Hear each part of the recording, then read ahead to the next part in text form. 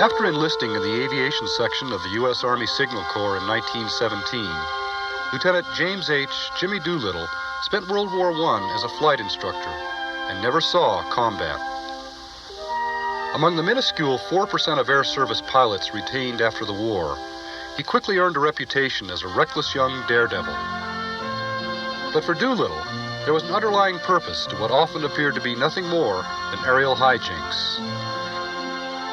He was, in fact, very methodically satisfying an inborn curiosity concerning what both he and the airplane were capable of doing. Stunts were one means of defining those limits. A gambler?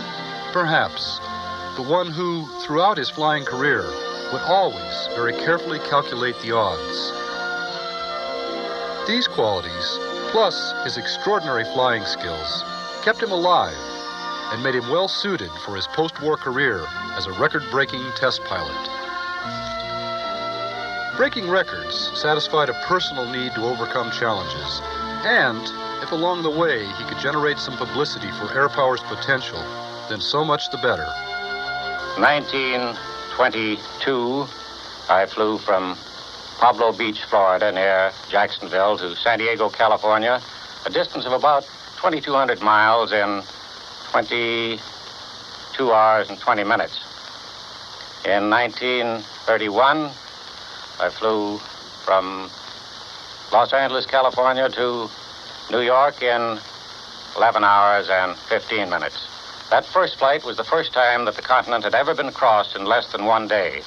Second flight was the first time it had ever been crossed in less than half a day. But it was as a speed king that Jimmy Doolittle would win his greatest fame during the 20s. In 1925, for example, he was in Baltimore, Maryland, to fly the elegant Curtiss R3 C-1 Racer against some of the world's finest pilots in the prestigious Schneider Seaplane Trophy Race.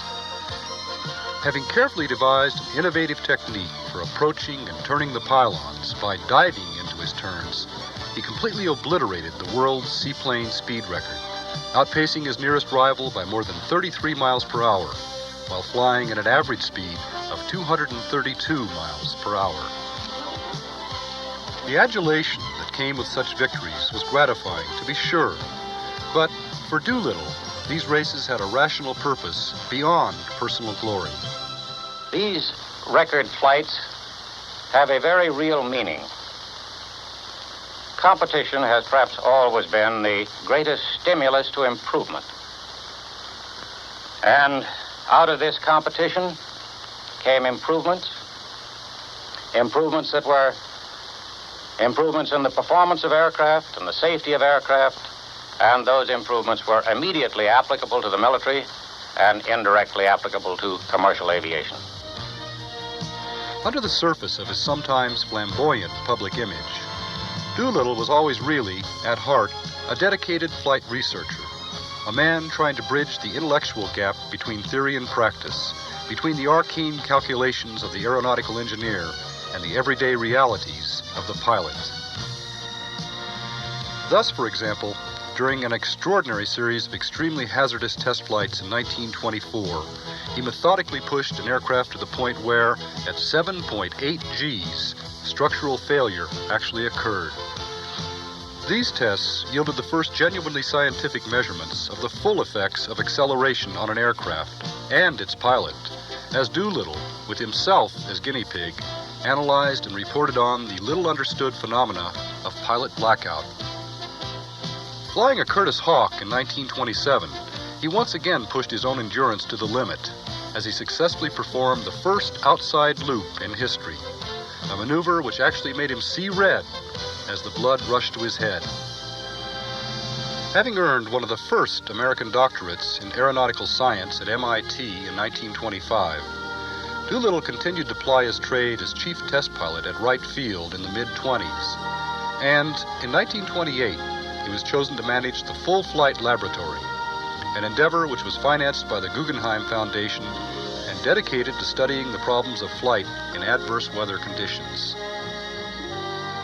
After months of painstaking preparation, he made what he later considered one of the most important flights of his career in September of 1929. I made the first blind flight, first completely blind flight. Taking off under a hood, flying a prescribed course, and landing back under the hood without ever having seen out of the airplane. This doesn't sound very important now, but out of that came two instruments, the artificial horizon, the directional gyro, that are today standard equipment on every commercial airplane and every combat military airplane. This flight was indeed a major milestone in aviation progress, marking the beginning of the end of the so-called seat-of-the-pants era of flying. Such progress hadn't been without risks. He had once been forced to bail out from a stricken craft just 500 feet above the ground, and it hadn't been without cost. Doctor of Science, national hero, by 1930, Jimmy Doolittle was still just a lowly lieutenant in the peacetime Air Corps. Reluctantly resigning his commission that year, he went to work for Shell Oil as the manager for its various aviation concerns. Leaving the Air Corps, however, did not mean leaving the cockpit. In 1931, a streamlined biplane, the Laird Super Solution, was designed specifically for him to fly in the first Bendix race. Taking off from Burbank, California, he sped cross-country to Albuquerque, where he stopped to refuel. Touching down again to refuel in Kansas City, he streaked onward to Cleveland, crossing the finish line a full hour ahead of his closest competitor. On this remarkable day, however, he wasn't done yet. Refueling his craft, within minutes he was off again, this time for Newark, New Jersey. It was on this memorable flight that he became the first man ever to span the continent in less than half a day. And after touching down at Newark, he turned right around and raced back to Cleveland, where, after 15 grueling hours in the cramped cockpit, he was happily reunited with his wife Jo and eldest son Jim Jr. The following year, he had hoped to fly a much modified version of the Super Solution in the national air races at Cleveland. A crash landing dashed those hopes, until another craft, the radical GB-R1, was offered as a replacement. Capable of speeds in excess of 300 miles per hour, the barrel-shaped GB racers were, without doubt, the fastest aircraft in the skies. Unfortunately, they were also among the deadliest. Wickedly unstable and unforgiving, they would kill most of the pilots who flew them. Doolittle himself later looked back on the GB as the touchiest airplane he'd ever been in. Flying it, he said, was a bit like balancing a pencil on the tip of your finger. But fly it he did. Mastering the treacherous little craft during the qualifying runs, he sped to a new world speed mark of 296 miles per hour. And before more than 50,000 wildly cheering spectators, he went on at an average speed more than 10 miles per hour faster than his nearest competitor to win the grand finale of the air races, the Thompson Trophy Race. This victory was the high point of Jimmy Doolittle's racing career and his farewell to competitive flying. He had fulfilled all of his racing ambitions, and the sport of air racing had, in his view, fulfilled its legitimate purpose. Besides, as he explained to the press, he had yet to hear the first case of anyone engaged in the sport dying of old age. He may have removed himself from the national limelight, but during the remainder of the 30s, Jimmy Doolittle went on to make some of his most important contributions to the future of American air power. At the time, what was then called the Army Air Corps was struggling to maintain itself, and to establish the then novel idea that the critical importance of air power in future combat would make it essential that a separate organization, an independent Air Force, should be established. In 1934, Doolittle was appointed to the Baker Board, a presidentially mandated commission chartered to plot the future course of American military aviation. On a board which reported that the ideas of various air power zealots were all visionary, his was the single dissenting voice. A solitary voice, however, which would prove to be extraordinarily prophetic. Doolittle's willingness to go out on a limb for something he believed in was perhaps nowhere better illustrated than in his long and hard-fought campaign to convinced Shell Oil that it should invest millions to develop a product for which no market existed in the 1930s, 100-octane fuel. The Air Corps was quite content with the 91-octane fuel it was then using, and Doolittle quite literally risked his reputation and his career on what was mockingly referred to as Doolittle's Folly. But his ultimate success in this risky effort would help ensure American air superiority in the perilous times ahead. And after trips to Europe in the late 30s, he became convinced that those times were imminent. Volunteering to return to active duty, he rejoined the Air Corps in July of 1940. He was a 45-year-old lieutenant colonel when, on December 7th, 1941, the United States endured the most humiliating defeat in its history.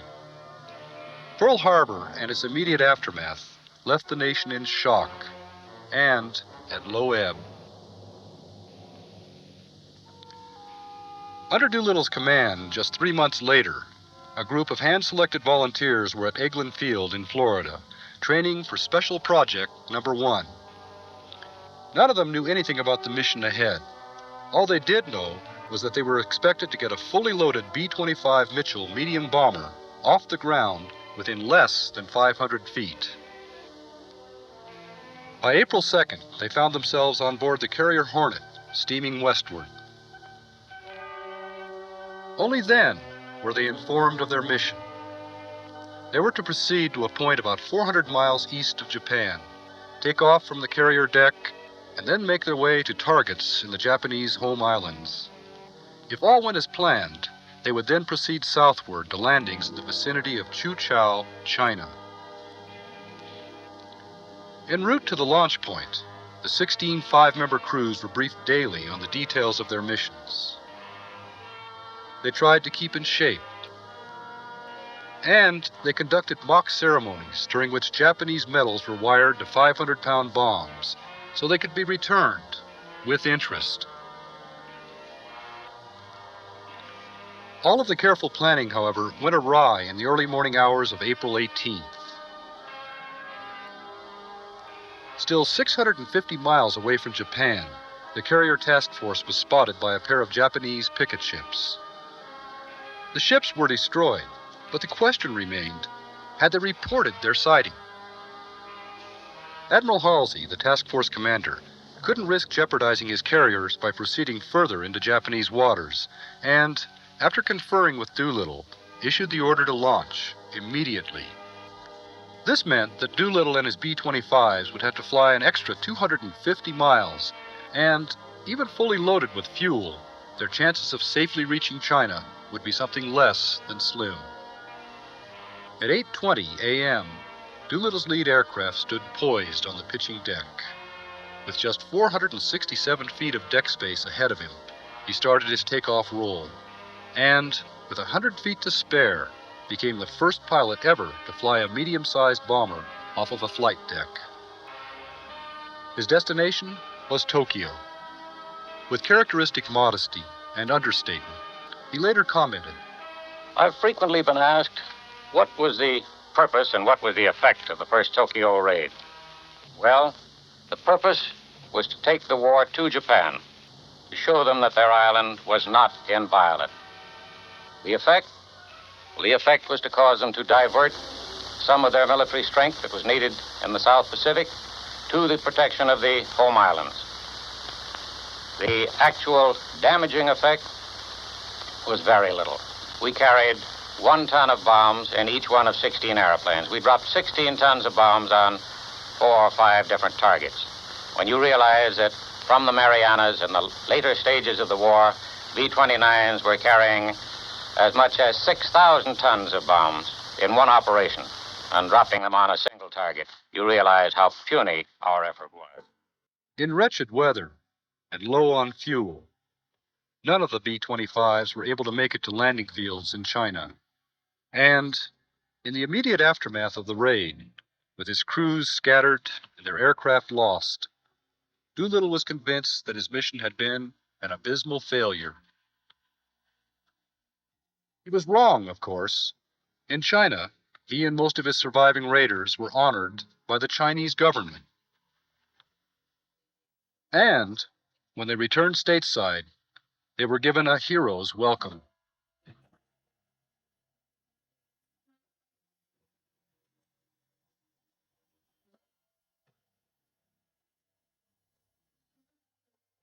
Lieutenant Colonel Jimmy Doolittle was rewarded with the Congressional Medal of Honor and promotion to the rank of Brigadier General.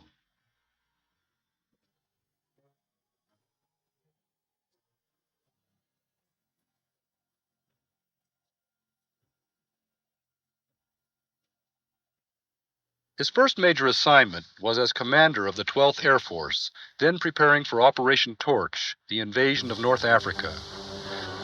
His job was, first, to prevent Axis supplies, material, and personnel from getting into Tunisia, and then to prevent enemy troops from getting out. His forces carried out their mission with devastating effect.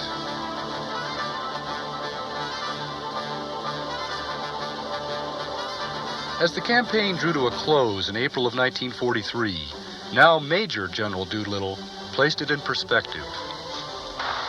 The Battle of Tunisia is over. It was a hard fight, but it represented only the initial phase of this operation. It was a preliminary bout. The main event will be the all-out air operation against Germany and against Berlin itself. During the North African campaign, Doolittle had earned a nickname, the Flying General, because he'd made it a point to fly frequent combat missions with his units so that he could fully understand the pressures under which they operated. It was within this context, in July of 1943, that he participated in the first air attack on Rome, and thus became the only commander who'd be able to say that he had led initial combat missions over 2 of the 3 Axis capitals. He'd never get the chance to fly over Berlin, but he'd be in command. In January of 1944, now Lieutenant General Doolittle was placed in command of the mighty 8th Air Force, a massive aerial juggernaut that was then taking the war to the heartland of Hitler's Germany. The 8th's bomber losses had been prodigious at times. The practice had been for the bombers to get in over their targets, release their bombs, and then get the hell out as fast as they could. Cripples and stragglers had been left behind for Luftwaffe fighters to finish off. Shortly after assuming command, General Doolittle issued a controversial order directing that the speed of all formations should be reduced so that the slowest craft could keep up. Bomber crews were to maintain extremely tight formations at those speeds so that the massed firepower of the entire formation could be used to protect the cripples.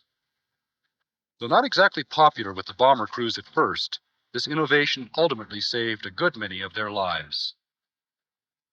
This decision may have been unpopular among bomber crews, but they were absolutely outraged by a subsequent Doolittle directive.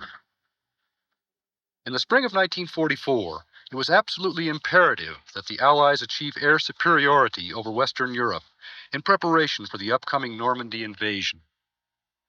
Up until that time, the mission of the 8th's fighters had been a defensive one, to provide escort for the heavy bombers. In yet another calculated risk, Doolittle told his fighter commanders, "From now on, that no longer holds. Your mission is to destroy the German Air Force." This momentous decision took extraordinary moral courage, for in turning the fighters loose, Doolittle was not only risking his own career, he was also risking the lives of thousands of young men. And among the bomber crews, he had to endure the epithet of killer. Undaunted, Doolittle believed that by unleashing his fighters against the Luftwaffe, wherever they found it, in the air or on the ground, the bombers would ultimately benefit. And throughout the early months of 1944, the 8th fighter groups went on a rampage in the skies over Western Europe, unleashing their fury against the Luftwaffe, blowing it out of the skies,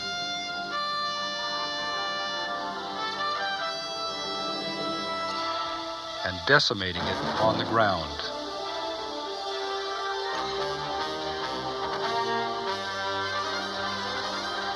Doolittle's calculated gamble, what he later regarded as his most important military decision, paid off handsomely.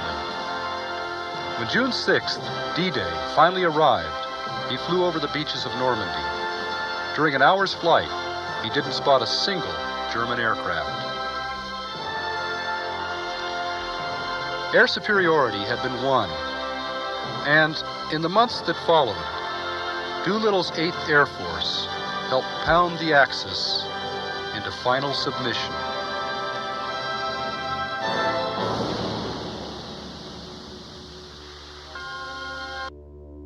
General Doolittle retired from active duty in 1946, but in point of fact, he never became inactive, and he never lost his sense of duty.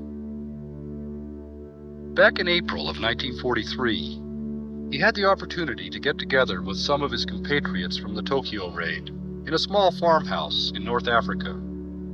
The commitment these men felt toward one another was real, and in April of 1945, the Doolittle Raiders got together for their first official reunion in Miami Beach. That gathering has been followed by reunions in virtually every year since, as the Raiders come together for a few days of camaraderie, reminiscence, and, as always, drink a toast to their achievement and their missing comrades.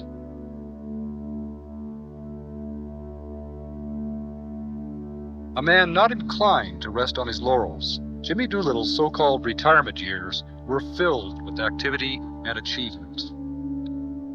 He was, for millions of Americans, Mr. Aviation, and no one else in post-war America could speak so convincingly in air power's behalf. Shortly after the war, he was instrumental in the formation of the Air Research and Development Command, forerunner of today's Air Force Systems Command. And though a civilian, he continued to serve as a troubleshooter for the newly established Air Force, as at long last it became a reality. He would ultimately serve as the chairman of the Air Force's Scientific Advisory Board during a critical period when the Air Force was taking its first tentative steps toward the new frontier of space. He also served as the last chairman of the venerable National Advisory Committee for Aeronautics, as, then in the process of transforming itself into NASA, it too looked toward exploration beyond the atmosphere. Approaching age 65, the one-time daredevil test pilot ended his flying career in 1961. He was finally out of the cockpit, but not out of the world of aviation. He was, for example, a frequent and keenly interested visitor to Edwards Air Force Base, where aviation continued to meet its future, and where he could renew his relationships with test pilots, a breed of men with whom he shared a deep and abiding kinship. General Hap Arnold once observed that Jimmy seems never to have been absent. Something big was happening in air power. Indeed, his life has spanned the history of aviation. A remarkable life, which has been intertwined with so many of the remarkable events of that history. A remarkable life, a remarkable man. General James H. Jimmy Doolittle.